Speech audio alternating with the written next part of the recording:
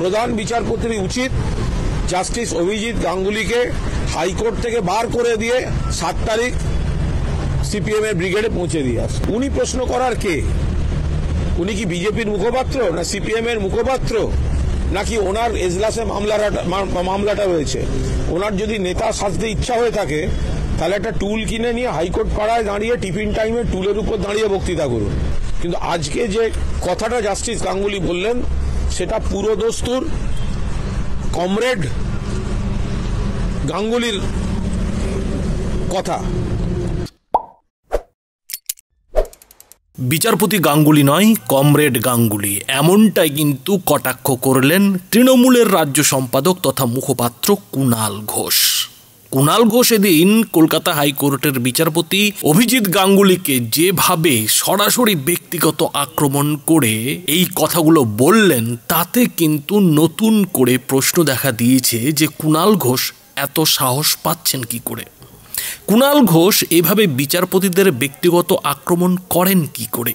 Justice Ganguly এদিন যেটা বলেছেন কিংবা করেছেন তা নিয়ে কুণাল ঘোষের মতান্তর থাকতেই পারে, কিন্তু তা বলে এই ভাষায় একেবারে জাস্টিস গাঙ্গুলিকে কমরেড গাঙ্গুলি বানিয়ে দেওয়া, এটা কিন্তু কোথাও যেন সীমা অতিক্রম করে ফেলছে বলে অনেকেই কিন্তু মনে করছেন। বিশেষ করে যারা আইনের কারবারি তারা কিন্তু বলছেন যে কুণাল ঘোষের সাহস লাগাতার বেড়েই চলেছে। লাগাতার কিন্তু কুণাল ঘোষ তার যে সীমারেখা সেই সীমারেখা কিন্তু অতিক্রম করেই চলেছেন। আবার সেই আইন বিশেষজ্ঞরাই এর যুক্তিতে যেটা বলছেন যে আসলে কুণাল ঘোষের এই যে সাহস বেড়ে যাওয়া তার পেছনে কিন্তু সেই আইন আদালতই রয়েছে। এর আগেও কিন্তু কুণাল ঘোষ কিংবা তৃণমূলের নেতারা কলকাতা হাইকোর্টের বেশ কয়েকজন বিচারপতিকে ব্যক্তিগত আক্রমণ করেছিলেন, কিন্তু তারপরেও কুণাল ঘোষের বিরুদ্ধে তেমন কোনো পদক্ষেপ হয়নি, কড়া কোনো পদক্ষেপ হয়নি। কড়া পদক্ষেপটা হলে হয়তো কুণাল ঘোষ এতদিনে নিজেকে সামলে নিতে পারতেন, সামলে নিতেন, কিন্তু যেহেতু সেই কড়া পদক্ষেপটা হয়নি, কুণাল ঘোষের দিনকে দিন সাহস কিন্তু বেড়েই চলেছে। আবার অনেকে মজা করে এটাও বলছেন যে কুণাল ঘোষের ভয় থাকবে কি করে? কুণাল ঘোষ তো এরই মধ্যে 4 বছর জেল খেটে ফেলেছেন, জেলের হাল হকিকত সব জেনে ফেলেছেন, এবং সেই সাহস কোন পর্যায়ে পৌঁছেছে বন্ধুরা এদিন কুণাল ঘোষের বক্তব্য শুনলেই বুঝতে পারবেন।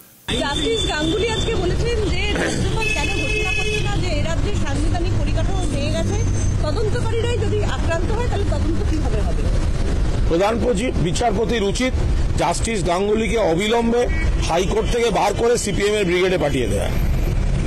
যদি কোনো বিচারপতি তার উইশ লিস্ট সংবিধানের বাইরে গিয়ে, চেয়ারের বাইরে গিয়ে, এখতিয়ারের বাইরে গিয়ে যদি বারবার উইশ লিস্ট বেরিয়ে আসে, রাজ্যপালের এই করা উচিত, ওই করা উচিত, ওনার কি ধারণা আছে সারা বাংলা সম্পর্কে?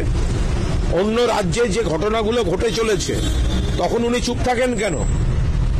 উনি মনে প্রাণে সিপিএম এর বা বিরোধীদের বা বিজেপি সিপিএম মানে যারা তৃণমূলের বিরোধী উনি তাদের হাওয়া দিচ্ছেন ধারাবাহিকভাবে। এই কারণেই, এই মন্তব্যগুলির কারণেই বিচার ব্যবস্থা, যাকে আমরা সর্বোচ্চ শ্রদ্ধা করি, সেই বিচার ব্যবস্থা প্রশ্নের মুখে পড়ে যায় এরকম কয়েকজন বিচারপতির মন্তব্যের জন্য। নিরপেক্ষতা বলে কিছু থাকে না। তিনি তো এক্সপোজ করে দিচ্ছেন তার পলিটিক্যাল উইশ লিস্ট, তিনি বলে দিচ্ছেন। প্রধান বিচারপতির উচিত জাস্টিস অভিজিৎ গাঙ্গুলিকে হাইকোর্ট থেকে বার করে দিয়ে 7 তারিখ সিপিএম এর ব্রিগেডে পৌঁছে দিয়ে আসে। বিচারপতি গাঙ্গুলি প্রশ্ন তুলছেন যে তখন প্রশাসন, পুলিশ কোথায় ছিল, কি করছিল? উনি প্রশ্ন করার কে? উনি কি বিজেপির মুখপাত্র, না সিপিএম এর মুখপাত্র, নাকি ওনার এজলাসে মামলাটা রয়েছে? ওনার যদি নেতা সাজতে ইচ্ছা হয়ে থাকে তাহলে একটা টুল কিনে নিয়ে হাইকোর্ট পাড়ায় দাঁড়িয়ে টিফিন টাইমে টুলের উপর দাঁড়িয়ে বক্তৃতা করুন।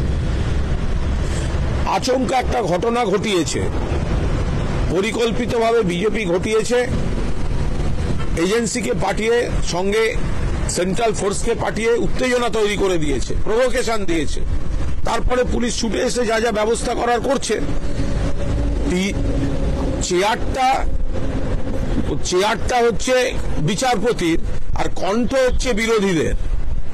পোশাক হচ্ছে বিচারপতির, পদ হচ্ছে বিচারপতির, কণ্ঠ হচ্ছে বিজেপি আর সিপিএম এর। রামবাম জোটের ক্যান্ডিডেট হচ্ছে এই অভিজিৎ গাঙ্গুলি। উনি কেন চেয়ারে বসে চেয়ারটাকে মিসইউজ করছেন কেন? আপনার হাতে এই মামলা। আপনার হাতে যদি মামলা না থাকে তাহলে রাজ্যপালের কি করা উচিত, ওর কি করা উচিত, তমুকের কি করা উচিত, আপনি বলার কে? নিজের উইশ লিস্ট চাপিয়ে দেবেন না। বাংলায় এই গন্ডগোল করার চেষ্টা করছে বিজেপি, নানাভাবে গন্ডগোল করার চেষ্টা করছে, প্ররোচনা দিচ্ছে, উত্তেজনা তৈরি করে দিচ্ছে। পুলিশ প্রশাসন, তৃণমূল কংগ্রেস, সাধারণ নাগরিকরা সব ঠিক রাখার চেষ্টা করছেন। কিন্তু আজকে যে কথাটা জাস্টিস গাঙ্গুলি বললেন সেটা পুরোদস্তুর কমরেড গাঙ্গুলির কথা। তৃণমূল যে সিপিএমকে হারিয়ে ক্ষমতা এসছে, এটা সিপিএম এর সাঙ্গপাঙ্গরা ভুলতে পারছে না এই রাগটা। ফলে যে যেখানে থাকুক, কেউ কেউ বিচারপতির আসনে থাকলেও সেই আক্রোশটা বেরিয়ে যাচ্ছে। আসুন না, উনি রোববার আসুন, সিপিএম এর ব্রিগেডে দাঁড়িয়ে যান, চেয়ার টেয়ার ছেড়ে এখানে এসে দাঁড়ান। বকলমে খেলছেন কেন? মুখোশ পরে খেলছেন কেন? মুখোশের আড়ালে নয়, মুখোমুখি আসুন। মুখোশের আড়ালে আছেন কেন? রাজনীতি করবেন, রাজনীতির ময়দানে দাঁড়িয়ে করুন। বিচারপতির পদটাকে ঢাল হিসেবে কেন ব্যবহার করছেন? বিচারপতি গাঙ্গুলির দোষের মধ্যে দোষ এদিন এই যে সন্দেশখালির ঘটনা, যেভাবে ইডির তদন্তকারী আধিকারিকদের উপর গ্রামবাসীর হামলা, তৃণমূলের কর্মী সমর্থকদের হামলা, সেই হামলায় বিচারপতি গাঙ্গুলি এক আইনজীবীর সঙ্গে কথোপকথনে এই মন্তব্যটা করেছিলেন যে রাজভবন করছেটা কি, রাজভবন কেন চুপ করে বসে রয়েছে। পাশাপাশি বিচারপতি গাঙ্গুলি ইডির তদন্তকারী আধিকারিকদের নিরাপত্তা নিয়ে চিন্তিত হয়ে একথাও বলেছিলেন যে তাদের সঙ্গে তো সিআরপিএফ রয়েছে, কেন্দ্রীয় বাহিনীর জওয়ান রয়েছে, তাদের বন্দুক রয়েছে, তো সেই বন্দুকগুলো কি কাজে লাগে। তো এই মন্তব্যই তৃণমূলের হজম হচ্ছে না। তৃণমূল কিন্তু কোনোভাবেই মেনে নিতে পারছে না জাস্টিস গাঙ্গুলির এই যে রাজভবনের চুপ করে থাকা নিয়ে মন্তব্য। আর সেই মন্তব্যের পরেই যথারীতি কাকতালীয়ভাবে যেটা দেখা গেছে যে রাজভবন কিন্তু জেগে উঠেছে, এবং রাজভবন কিন্তু জেগে উঠে একেবারে মমতা সরকারকে, তৃণমূল সরকারকে হুঁশিয়ারি দিয়ে ফেলেছে যে পশ্চিমবঙ্গ কিন্তু ব্যানানা রিপাবলিক নয়, এবং দেশের সংবিধান অনুযায়ী তার কাছে যা ক্ষমতা আছে তার সব রাস্তাই কিন্তু খোলা আছে। আর তার আগে জাস্টিস গাঙ্গুলির এই যে মন্তব্য, সেই মন্তব্য নিয়ে প্রতিক্রিয়া দিতে গিয়েই কুণাল ঘোষ যে কথাগুলো বললেন, সেই কথাগুলো নিয়ে কিন্তু এই মুহূর্তে রাজ্য রাজনীতিতে একেবারে জোর বিতর্ক শুরু হয়ে গেছে। এদিন কুণাল ঘোষ তার মন্তব্যে, তার প্রতিক্রিয়ায় কয়েকটি প্রশ্ন তুলেছেন, আর সেই প্রশ্নগুলির মধ্যে প্রধান প্রশ্ন হচ্ছে যে জাস্টিস গাঙ্গুলি কে, তিনি রাজ্যের ব্যাপারে কতটুকু জানেন, এ ধরনের মন্তব্য করার তার কি অধিকার রয়েছে। আর এখানেই থেমে না থেকে কুণাল ঘোষ এদিন আরও একটি মন্তব্য করেছেন, আর সেটি হলো যে কলকাতা হাইকোর্টের প্রধান বিচারপতি টি.এস. শিবজ্ঞানমের নাকি উচিত যে এই বিচারপতি গাঙ্গুলিকে একেবারে 7ই জানুয়ারির যে সিপিএমের ব্রিগেডে সমাবেশ, সেই সমাবেশে পাঠিয়ে দেওয়া। আর কুণাল ঘোষের এই প্রশ্নগুলোর উত্তরেই কিন্তু আইন বিশেষজ্ঞরা যেটা বলছেন যে তৃণমূলের মুখপাত্র হিসেবে কুণাল ঘোষের কি ক্ষমতা আছে যে হাইকোর্টের প্রধান বিচারপতিকে তিনি এই কথা বলেন যে প্রধান বিচারপতির উচিত বিচারপতি গাঙ্গুলিকে একেবারে সিপিএমের ব্রিগেডে পাঠিয়ে দেওয়া। পাশাপাশি আইন বিশেষজ্ঞরা এটাও বলছেন যে কুণাল ঘোষ জানতে চেয়েছেন যে জাস্টিস গাঙ্গুলি কে। তো সেই আইন বিশেষজ্ঞরা কিন্তু মনে করিয়ে দিচ্ছেন যে জাস্টিস গাঙ্গুলি মানেই হচ্ছে আদালত, উচ্চ আদালত, আর সেই উচ্চ আদালতের নির্দেশেই, পর্যবেক্ষণেই কিন্তু রাজ্যের বেশিরভাগ সিবিআই ইডির তদন্ত চলছে। ফলে সিবিআই কিংবা ইডির কর্তারা যদি কোথাও তদন্ত করতে গিয়ে আক্রান্ত হন, তাহলে সে নিয়ে চিন্তা করা তো স্বাভাবিক, এবং দরকার পড়লে কলকাতা হাইকোর্ট এই যে সিবিআই কিংবা ইডির তদন্তকারী আধিকারিকদের উপর হামলা, সেই হামলার নিরাপত্তায় কিন্তু নাক গলাতে পারে।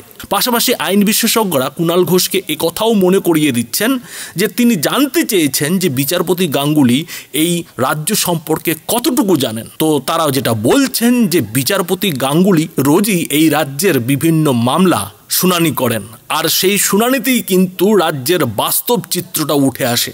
রাজনৈতিকরা যেভাবে মিথ্যে কথা বলেন, ঢপের কথা বলেন, সেই ঢপের কথায় যেসব মামলা হয় সেই মামলার কিন্তু সত্যতার বিচার এই জাস্টিস গাঙ্গুলিরাই করেন।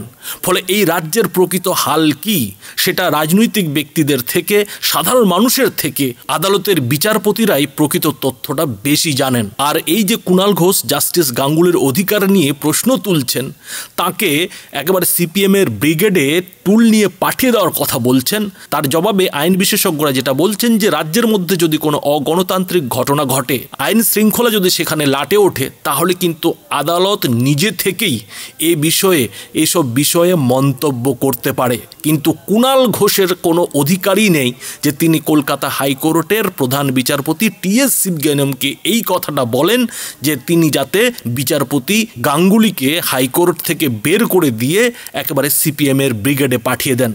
সুতরাং বন্ধুরা বুঝতেই পারছেন যে কুণাল ঘোষের এই যে মন্তব্য, এই মন্তব্যের জেরে কিন্তু নতুন করে কুণাল ঘোষ এই শাহজাহান ইস্যুতে বিতর্কে ফেসে গেছেন।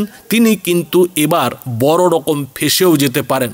যদিও জাস্টিস গাঙ্গুলি যেহেতু এই ব্যাপারে তেমন কোনো মাথা গলান না, কুণাল ঘোষের মতো লোকেদের তেমন তোয়াক্কা করেন না, এদের মন্তব্যকে কোনো গুরুত্ব দেন না, ফলে আইন বিশেষজ্ঞরা এটাও বলছেন যে হয়তো এবারও কুণাল ঘোষ পার পেয়ে যাবেন। কুণাল ঘোষের বিরুদ্ধে হয়তো আদালত অবমাননার তেমন কোনো মামলা হবে না। তবে একথাও সত্যি যে যেভাবে কুণাল ঘোষের মতো লোকেরা নিজেদের সীমা অতিক্রম করে লাগাতার আদালত কিংবা আদালতের বিচারকদের ব্যক্তিগত আক্রমণ একেবারে নিম্ন পর্যায়ে নামিয়ে এনেছেন, তাতে কিন্তু আগামী দিনে এই পশ্চিমবঙ্গে আরও বহু লোকই কিন্তু আদালত কিংবা আদালতের বিচারপতিদের ব্যক্তিগত আক্রমণের সাহসটা পাবে।